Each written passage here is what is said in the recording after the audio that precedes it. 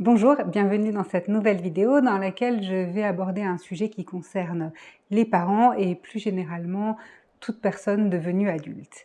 Il s'agit de la déloyauté d'avec sa famille d'origine. Alors, cette déloyauté n'est pas obligée quand tout se passe très bien avec la famille d'origine. Néanmoins, il me semble toujours judicieux lorsque l'on mature de faire ses propres choix et donc de ne pas correspondre en tout point à ce qui nous a été donné dès la base dans notre culture principale.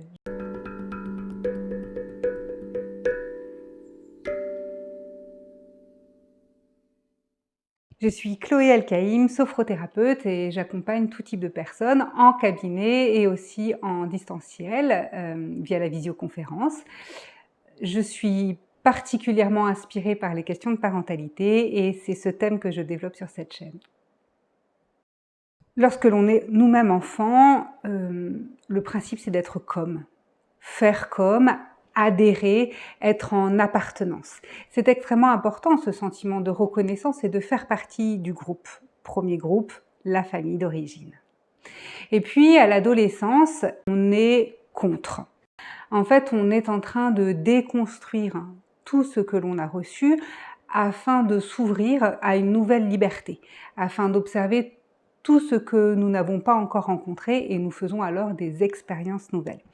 Je parle là de l'adolescence, mais une première phase contre, c'est à 2 ans et demi. Je pense que tous les parents qui regardent cette vidéo sont bien au courant de cette phase d'opposition. Cette phase comme, tout comme cette phase contre, ça n'est pas fait pour rester. Lorsque l'on mature, on peut alors faire sa propre mixture et puis garder ce qui nous paraît judicieux pour soi-même, là où on se sent à l'aise, aligné avec soi, de tout ce que l'on a reçu. Et on peut aussi mélanger tout ça avec toutes les expériences nouvelles, tout ce que l'on a nous-mêmes goûté, et puis avec ce nouveau mélange, tenter de devenir soi-même. Alors, tout au long d'une existence, ce soi-même va évoluer au fur et à mesure.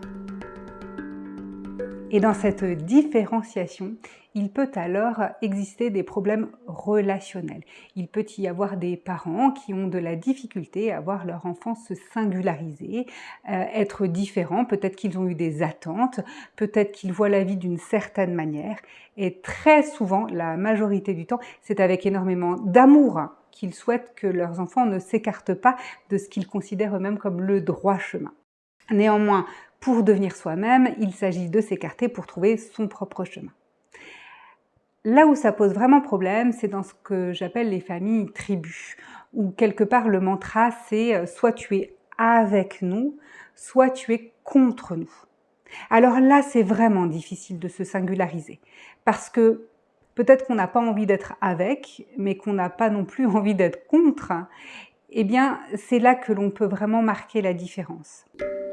Si en face de moi, j'ai quelqu'un qui n'est pas tout à fait consentant à ce que j'évolue par moi-même, à ce que je fasse mes propres expériences, c'est pas pour autant que je dois utiliser les mêmes outils et moi-même essayer de détruire sa réalité. Je peux décider de me différencier sans couper la relation. Merci pour tes conseils, mais je gère. Et elle est là, la déloyauté réelle, c'est-à-dire celle qui fera du bien à la personne qui sort d'un système qui ne lui convient plus. Non seulement je sors de ce système, mais je sors aussi de ses codes. Sinon, ça voudrait dire que je serais dans les mêmes codes et finalement je suis déloyale à rien du tout en fait. Je reste complètement loyale à ce qui m'a été enseigné, c'est-à-dire si c'est pas comme moi, je détruis. Cet exemple un peu extrême nous facilite la discussion là sur la vidéo. Dans beaucoup de familles, les choses se passent avec beaucoup plus de délicatesse, de discussion, même si cela peut passer par des phases inconfortables. Il est vrai que se singulariser, ça n'est pas confortable.